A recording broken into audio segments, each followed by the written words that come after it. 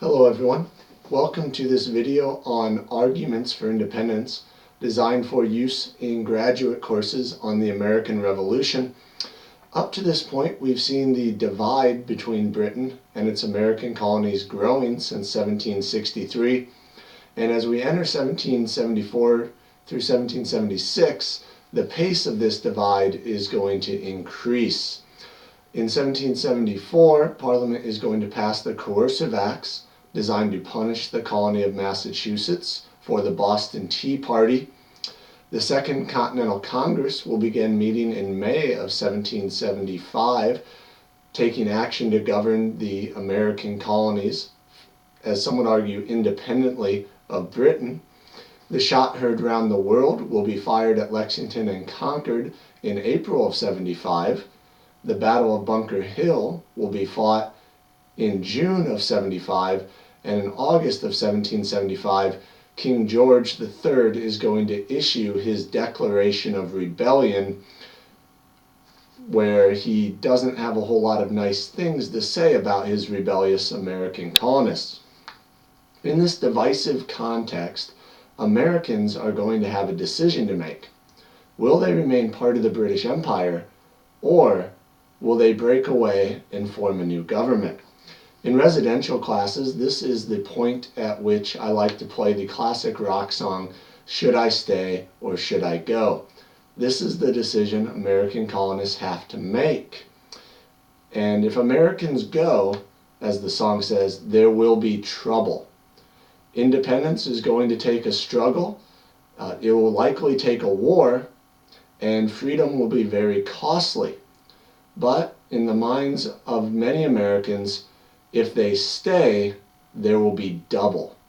The cost of peace will be too high in many Americans' minds, and submission may very likely mean the loss of many freedoms and the rights they had enjoyed as British citizens. The voices arguing for American independence will become increasingly vocal in 1775 and 76. And these voices will be arguing that it is time for Americans to go. We'll be looking at two prominent voices for independence today. These voices will frame the debate as a struggle between liberty and tyranny, and those voices will be those of Thomas Paine and Patrick Henry. Let's start with Patrick Henry. Henry was a fiery young orator working in the Virginia legislature, and he was known for his skills at oratory. In March of 1775, the Virginia legislature was debating whether or not to arm the Virginia militia to fight the British. And in this context, March of 1775, Patrick Henry gives what's probably his most famous speech, the speech we now know as the Give Me Liberty or Give Me Death speech. And in this fiery oration, Henry argues that Virginia and the American colonies as a whole have two options. Option one, they can submit to slavery under British governance. Option two, they can fight for their freedom. In Henry's perspective, option one of submitting to slavery is not even a worthwhile option.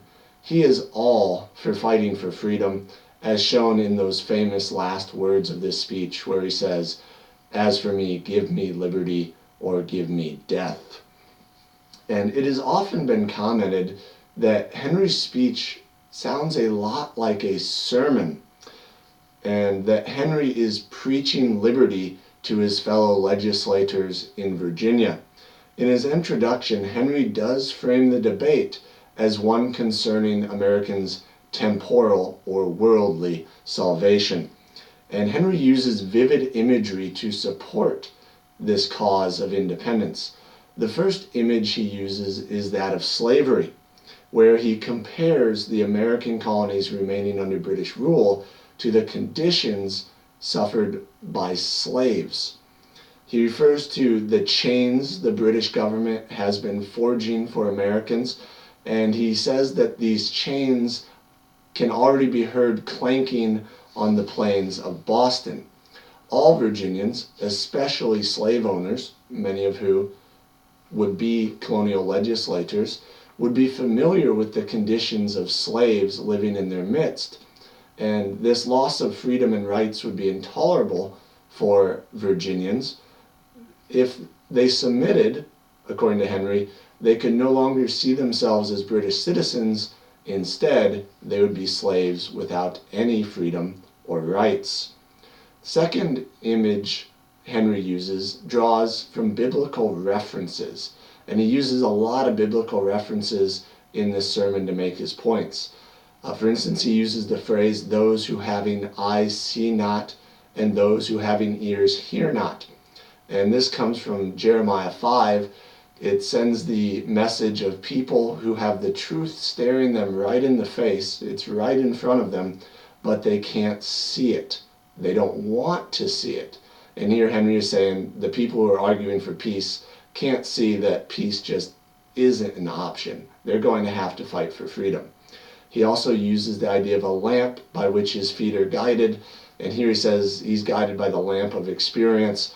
In the last 10 years of our relationship with Britain, Henry says, what have they possibly done that makes you think the next 10 years are going to be better?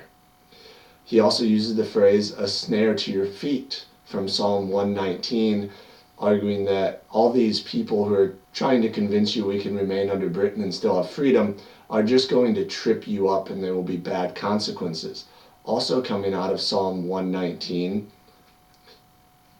that was the lamp to guide his feet, is also from Psalm 119. Coming out of Matthew 26 and other Gospels, Henry says, "Suffer yourselves not to be betrayed by a kiss." Here drawing on the imagery of Judas singling out Jesus with a kiss in the Garden of Gethsemane.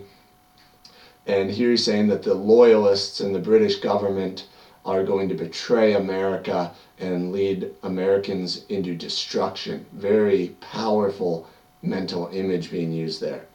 From Jeremiah 6, he uses the phrase, "Peace, peace, when there is no peace."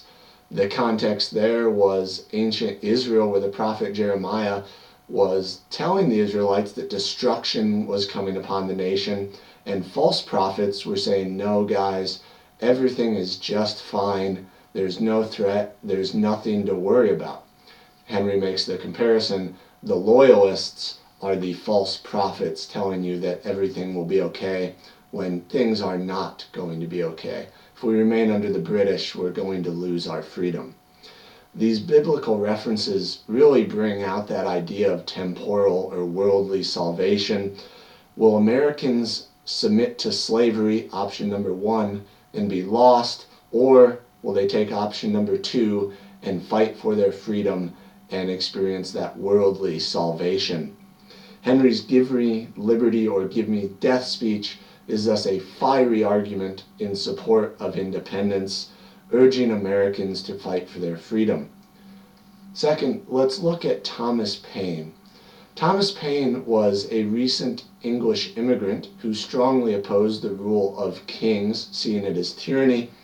And in January of 1776, Paine is going to publish a 46-page pamphlet that will become a bestseller in the American colonies. It's going to sell somewhere in the range of 100,000 to 150,000 copies. Imagine someone today selling between 20 and 30 million books in the United States. So this is a widely read pamphlet. In this pamphlet, which is titled Common Sense, Paine is going to make the argument that it is a very simple and obvious conclusion that Americans should have their independence from the British Empire. In one of his greatest persuasive techniques, Paine is going to draw a contrast between the Old World, represented by Europe, Africa, and Asia, and the New World, represented by America. And they have very different depictions, according to Paine. The Old World, for Paine, is overrun with oppression and tyranny, and freedom has been hunted around the globe.